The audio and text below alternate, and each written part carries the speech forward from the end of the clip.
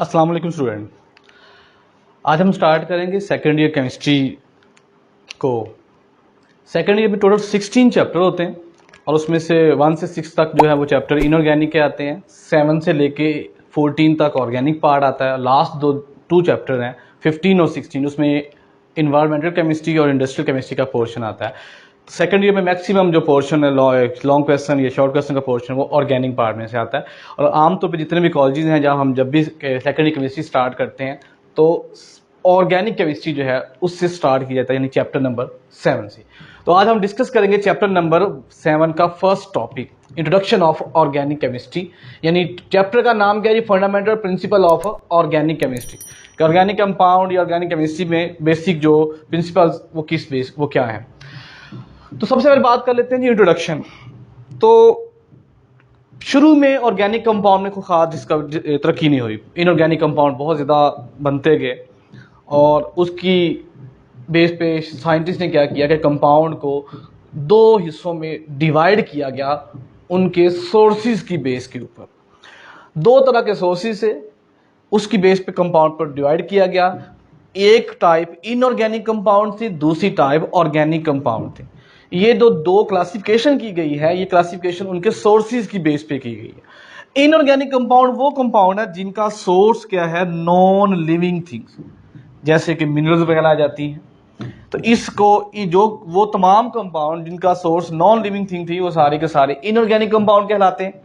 दूसरा वो कंपाउंड जिनका सोर्स लिविंग थिंग थी वो सारे के सारे ऑर्गेनिक कंपाउंड कहलाते हैं, जैसे एनिमल्स प्लांट्स में आ जाते हैं। तो इस तरह से बेसिक जो क्लासिफिकेशन की जाती थी कई साल पहले वो ऑर्गेनिक और इनऑर्गेनिक कंपाउंड। ये क्लासिफिकेशन क्यों की जाती थी? वहां पे एक थ्योरी थी वाइटल फोर्स थ्योरी। जो वर्ड जो वाइटल है इसका मतलब ये खास लामतनाही फोर्स। ऐसी ये इसका मतलब ये है कि ये फोर्स ये कहती है कि ऑर्गेनिक कंपाउंड जो होते हैं इनका सोर्स लिविंग थिंग है। इन ऑर्गेनिक कंपाउंड को हम लेबोरेटरी में या इनऑर्गेनिक कंपाउंड से खुद नहीं बना सकते। इनको बनाने के लिए एक ऐसी खास कुव्वत है जो कि इंसान के बस में नहीं है। यही वजह थी कि कई साल तक इनऑर्गेनिक कंपाउंड में बहुत ज्यादा तरक्की होती गई, लेकिन ऑर्गेनिक कंपाउंड के अंदर कोई खास डिस्कवरी ना हुई। साइंटिस्ट यही सोचते थे क्योंकि ये ऐसी फोर्स है जो हमारे बस में नहीं है, इसलिए इसके ऊपर कोई खास वर्क नहीं हुआ। फिर एक साइंटिस्ट था जी फ्रेडरिक वूलर। ये साइंटिस्ट था, इसने 1824 से काफी सारे एक्सपेरिमेंट कर रहा था इस बात पे कि ऑर्गेनिक कंपाउंड को लेबोरेटरी में तैयार किया जाए। फिर क्या किया इसने अमोनियम साइनाइड एक इनऑर्गेनिक कंपाउंड लिया। जब उसको हीट किया तो वो कन्वर्ट हो गया एक ऐसे कंपाउंड में जिसकी कंपोजिशन वही थी जो यूरिया थी। उससे पहले जो यूरिया है उसका सोर्स नेचुरल था। तो उस तरह जब इसने इनऑर्गेनिक कंपाउंड से बाय चांस उसका एक्सपेरिमेंट करते हुए एक्सीडेंटली उससे यूरिया बन गई, तो उसने क्या किया, इस तरह इस साइंटिस्ट ने वाइटल फोर्स थ्योरी रिजेक्ट कर दी। जब ये थ्योरी रिजेक्ट हुई तो एक इनकलाब बर्पा हो गया।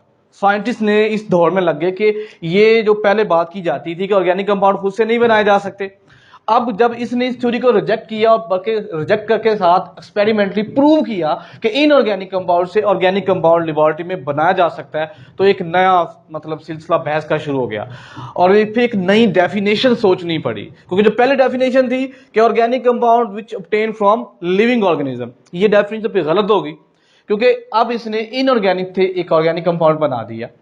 तो फिर एक नई डेफिनेशन की जरूरत पेश आई। काफी साइंटिस्ट ने सोच विचार करके एक मॉडर्न डेफिनेशन बनाने की कोशिश की। मॉडर्न डेफिनेशन क्या बनाई? साइंटिस्ट ने कहा कि केमिस्ट्री जो ऑर्गेनिक केमिस्ट्री है, ये केमिस्ट्री की एक ऐसी ब्रांच है जिसमें हम डिस्कस करते हैं किसको, compound of carbon and hydrogen, जिसको हम सिंपली हाइड्रोकार्बन का नाम देते हैं, या उनके डेरिवेट्स। डेरिवेट्स से मुराद क्या है कि कार्बन, हाइड्रोजन या उनसे बनने वाली चीजें। जैसे मैं एक सिंपल एग्जांपल दूं कि जैसे ये मीथेन है, ये एक ऑर्गेनिक कंपाउंड है, इसमें कार्बन और हाइड्रोजन है। जब इससे हम CCl4 कार्बन टेट्राक्लोराइड बनाते हैं तो ये हाइड्रोकार्बन है, ये हाइड्रोकार्बन का डेरिवेट है जिसमें हमने हाइड्रोजन को रिप्लेस किया है हेलोजन से एक प्रोसेस के थ्रू। तो ये भी ऑर्गेनिक कंपाउंड ही कहलाता है क्योंकि इसका ये हाइड्रोकार्बन का ही डेरिवेट है। इस तरीके से एक नई डेफिनेशन बना दी गई कि वो सारे के सारे कंपाउंड जिनमें कार्बन और हाइड्रोजन होगा वो ऑर्गेनिक कंपाउंड होते हैं। लेकिन यहाँ फिर मसला आ गया, साइंटिस्ट जब ये डेफिनेशन बना दी, फिर कुछ साइंटिस्ट इसके ऑपोजिट चीजें लाना शुरू कर दी। उन्होंने कहा बहुत सारे ऐसे कंपाउंड भी हैं जिनमें कार्बन भी है, हाइड्रोजन भी है, लेकिन वो ऑर्गेनिक कंपाउंड नहीं है। हालांकि डेफिनेशन के अकॉर्डिंगली उन कंपाउंड को ऑर्गेनिक कंपाउंड होना चाहिए, जैसे HCN है, H2CO3 है, कार्बन डाइऑक्साइड, कार्बन मोनोऑक्साइड वगैरह, इनमें कार्बन भी है, ये डेरिवेट ऑफ कार्बन हाइड्रोकार्बन है, लेकिन इस डेफिनेशन के अकॉर्डिंगली इनको ऑर्गेनिक होना चाहिए, बट ये ऑर्गेनिक कंपाउंड नहीं थे। फिर एक नई बहस शुरू होगी कि अब इन कंपाउंड को इस डेफिनेशन के अकॉर्डिंगली देखें तो ये ऑर्गेनिक है, लेकिन एक्चुअली ये ऑर्गेनिक कंपाउंड नहीं है। ये जो प्रॉब्लम थी, ये जो एक इशू बना, इस इशू को सॉल्व करने के लिए साइंटिस्ट ने एक नई कुछ इंपॉर्टेंट फीचर्स डिस्क्राइब किए ऑर्गेनिक कंपाउंड के डेफिनेशन के साथ साथ वो फीचर जो उस कंपाउंड में अगर होंगे तो वो ऑर्गेनिक कंपाउंड है, अगर वो फीचर नहीं होंगे तो हम कहेंगे कि वो इनऑर्गेनिक कंपाउंड है। तो इंशाल्लाह नेक्स्ट लेक्चर में हम फिर इनऑर्गेनिक कंपाउंड